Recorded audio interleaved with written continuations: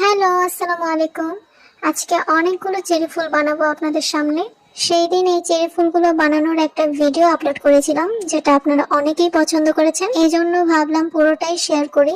আজকের চেরি ফুলগুলো বানাতে ভালোই লাগছে, মনে হচ্ছে একটার পর একটা বানাতেই থাকি, কেননা ক্রিমটা অনেক পারফেক্ট হয়েছে মাশাআল্লাহ। এই ধরনের ফুলগুলোতে সবসময় 5টা পাপড়ি দেওয়ারই ট্রাই করি, কেননা 5টা পাপড়ি দিলেই সবচেয়ে বেশি ভালো লাগে। আপনারা একটু খেয়াল করলেই বুঝতে পারবেন আমি চেরি ফুলটা কিভাবে বানাচ্ছি এবং কিভাবে সেটা রোজপিন থেকে উঠিয়ে কেকের মধ্যে বসাচ্ছি। এক জায়গা থেকে অন্য জায়গায় ফুলটা সেট করার জন্য অবশ্যই একটা বেস দিয়ে নিতে হবে নিচে, তা না হলে ফুলটা যখন উঠাবেন তখন কিন্তু নষ্ট হয়ে যেতে পারে। তাছাড়া পাপড়িগুলো ভেঙে যাওয়ার একটা সম্ভাবনা থেকে যায়, তাই সব সময় চেষ্টা করবেন একটা সুন্দর করে বেস দেওয়ার। কেকটার মধ্যে কিন্তু বেশ কয়েকটা চেরি ফুলের কাজ ছিল, কিছু ফুল হোয়াইট এবং কিছু কালারিং ফুল দিতে হতো কেকটার মধ্যে। এই কয়েকটা দেখলেই আশা করি বুঝতে পারবেন কিভাবে ফুলটা করেছি।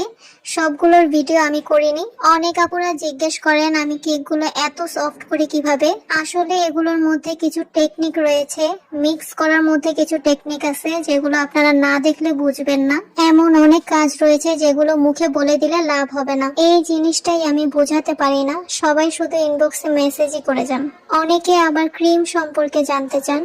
আসলে আমি ক্রিমের মধ্যে কিছুই ইউজ করি না, জাস্ট বিট করতে থাকি যতক্ষণ না পর্যন্ত আমার কাছে পারফেক্ট মনে হয়। যাদেরটা গলে যায় তারা জাস্ট বরফের বাটিতে ক্রিমটা রাখবেন, তারপর বিট করতে থাকবেন, তাহলেই হয়ে যাবে। আমাদের বাসায় কিন্তু ভালোই গরম, তারপরও আমার এসব কিছুর প্রয়োজন হয় না। আমি জাস্ট বিট করতে থাকি আর হয়ে যায়। অনেক সময় দেখবেন ক্রিমটা বেশি বিট করার ফলে ফেটে ফেটে যায় পরবর্তীতে। তার জন্য ভয় পাওয়ার কিছুই নেই, জাস্ট একটু পানি মিক্স করে নাড়বেন, তাহলেই দেখবেন স্মুথ হয়ে গিয়েছে।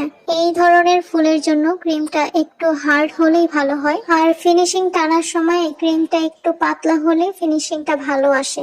যেসব আপুরা জানতে চেয়েছিলেন বেসটা সফট করে কিভাবে, তারা একটু কমেন্টে জানাবেন। যদি কখনো সুযোগ পাই তাহলে বেস রেডি করার ভিডিওটা আমি আপলোড করব। আমরা কিন্তু গাজীপুরের বাইরে ডেলিভারি দেই না। আপনারা যারা গাজীপুরের বাইরে থেকে আমাদেরকে নক করেন তারা একটু পেজের ডিটেইলস এবং লোকেশনটা চেক করে তারপরে নক করবেন প্লিজ। সবার আগে আপনাদের ঠিকানাটা আমাদেরকে বলবেন, তাহলে আপনাদেরও সময় নষ্ট হবে না এবং আমাদেরও কোনো সময় নষ্ট হবে না। তো আজকের এই ভিডিওটা এই পর্যন্তই। নেক্সট অন্য কোনো ভিডিও নিয়ে চলে আসবো। সেই পর্যন্ত সবাই ভালো থাকবেন, সুস্থ থাকবেন। আল্লাহ হাফেজ।